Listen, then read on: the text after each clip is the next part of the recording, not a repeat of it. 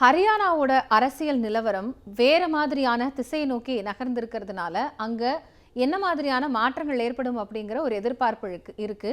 ஹரியானாவை பொறுத்த மட்டும் இப்போ எழுந்திருக்கக்கூடிய ஒரு மிகப்பெரிய விஷயம் அப்படின்னு பார்த்தோம்னா, ஏற்கனவே பாரதிய ஜனதா அரசுக்கு ஆதரவளிச்சிட்டு வந்த 3 சுயேட்சை எம்எல்ஏக்கள் தங்களோட ஆதரவை வாபஸ் பெற்றிருக்கிறாங்க.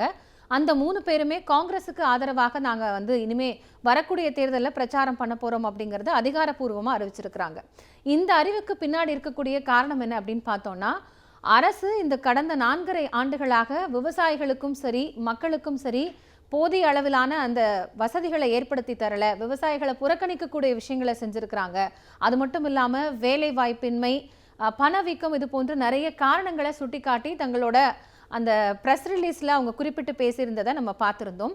ஹரியானால இருக்கக்கூடிய அரசியல் குழப்பம் அப்படிங்கிறது உச்சக்கட்டத்தை எட்டி இருக்கிறதுனால அங்க பாரதிய ஜனதா அரசு கவிழக்கூடிய ஒரு சூழலுக்கு தள்ளப்பட்டிருக்கோ, அல்லது காங்கிரஸ் வரத்துக்கான வாய்ப்பு இருக்கா, இல்லைன்னா அங்க ஜனாதிபதி ஆட்சி கொண்டு வரப்படுமா அப்படிங்கிற பல கேள்விகளை இப்போ எழுப்பி இருக்கு. காரணம் என்ன அப்படின்னா, பாரதிய ஜனதாவினுடைய பலம் அப்படிங்கிறது 40 இடங்கள்ல கைப்பற்றி இருந்தாங்க பாரதிய ஜனதா கட்சி மட்டும். காங்கிரஸ் 30 இடங்கள்ல வெற்றி பெற்றிருந்தாங்க.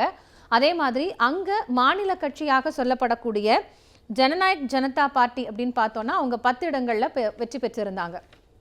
தொடக்கத்துல இந்த ஜேஜேபி கட்சியோட ஆதரவின் அடிப்படையில தான் பாரதிய ஜனதா ஆட்சி அமைத்தது. ஏன்னா அங்க பெரும்பான்மைக்கு தேவையான இடங்கள் கிடைக்கல. ஹரியானாவை பொறுத்த மட்டும் 90 சட்டமன்ற தொகுதிகள் இருக்கிறது.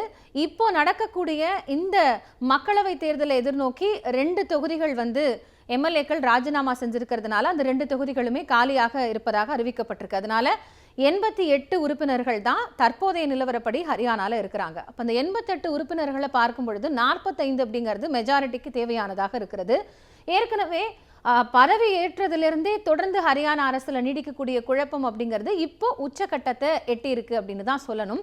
அதுக்கு காரணம் என்ன அப்படின்னா, மனோகர்லால் கட்டார் பதவி ஏற்ற போது அரசுக்கு பெரும்பான்மையான எண்ணிக்கை இல்லை. அந்த சமயத்துல ஜேஜேபி கட்சியினுடைய ஆதரவோட தான் மனோகர்லால் கட்டார் முதலமைச்சராகவும் ஜேஜேபி கட்சியினுடைய தலைவர் துஷ்யந்த் துணை முதல்வராகவும் பதவியேற்றுக்கிட்டாங்க. அதன் பிறகு அரசு மீதான அதிருப்தி, அரசினுடைய செயல்பாடுகள் இது எல்லாத்தையும் காரணம் காட்டி ஜேஜேபி தன்னுடைய ஆதரவை திரும்ப பெற்றதுனால துஷ்யந்தும் துணை முதல்வர் பதவியிலிருந்து விலகினாரு. அந்த சமயத்துல தான் மார்ச் மாதத்துல புதிய முதலமைச்சராக நயாப் சிங் சைனி பதவி ஏற்றுக்கிட்டாரு. இப்போ பாரதிய ஜனதாவினுடைய சிஎம்மாக அவர் தான் இருக்கிறாரு. ஸோ நயாப் சிங் சைனி பதவி ஏற்றதுக்கு பிறகாக இருக்கக்கூடிய ஒரு முக்கிய திருப்பமாக இந்த 3 சுயேட்சைகளுடைய ஆதரவு திரும்ப பெற்றது அப்படிங்கிறத பார்க்க முடிகிறது. ஹரியானாவை பொறுத்த மட்டும் இந்த ஆண்டு இறுதிக்குள்ளாகவே தேர்தல் நடைபெறக்கூடிய ஒரு சூழல் இருக்கிறது. அதாவது அக்டோபர் மாதத்துல தேர்தல் நடைபெறும் அப்படிங்கிற எதிர்பார்ப்பு இருக்கக்கூடிய நிலையில இன்னும் 6 மாதங்கள் தான் இருக்கு.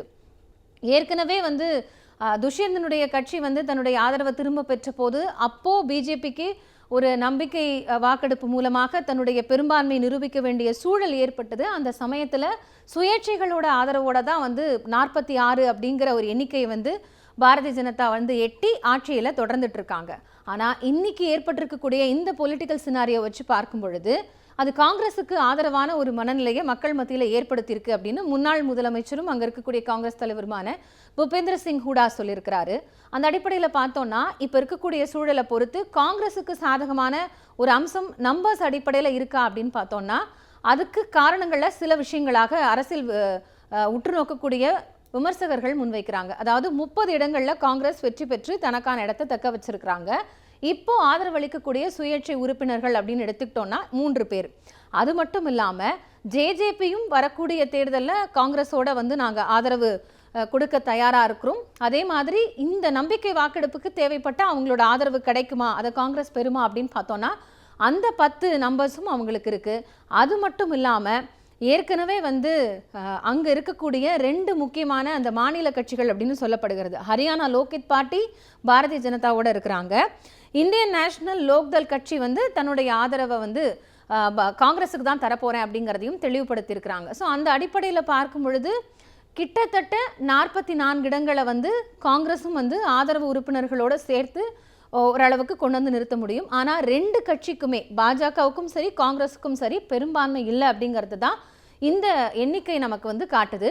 ஸோ 40 இடங்களில் வெற்றி பெற்றிருந்த பாரதிய ஜனதாவிற்கு சுயேட்சைகளுடைய ஆதரவு இப்போ கை கொடுக்காததுனால 2 சுயேட்சைகள் மட்டும்தான் பாரதிய ஜனதாவோட ஆதரவு கரங்கள்ல இருக்கிறாங்க. அதே மாதிரி அங்க மாநில கட்சியாக இருக்கக்கூடிய ஹரியானா லோகித் பார்ட்டியும் பாரதிய ஜனதாவுக்கு ஆதரவாக இருக்கிறது. ஸோ பாஜகவினுடைய எண்ணிக்கைன்னு பார்த்தோம்னா 43. காங்கிரஸ் அதனுடைய பலத்தை நிரூபிக்கிறதுக்கான வாய்ப்பு கிடைக்கக்கூடிய பட்சத்தில் இங்கே குறிப்பிட்ட எதிரணியினர் எல்லாருமே காங்கிரஸோட கை கோர்த்தாங்க அப்படின்னா அதனுடைய எண்ணிக்கை 44ஆக வரும்.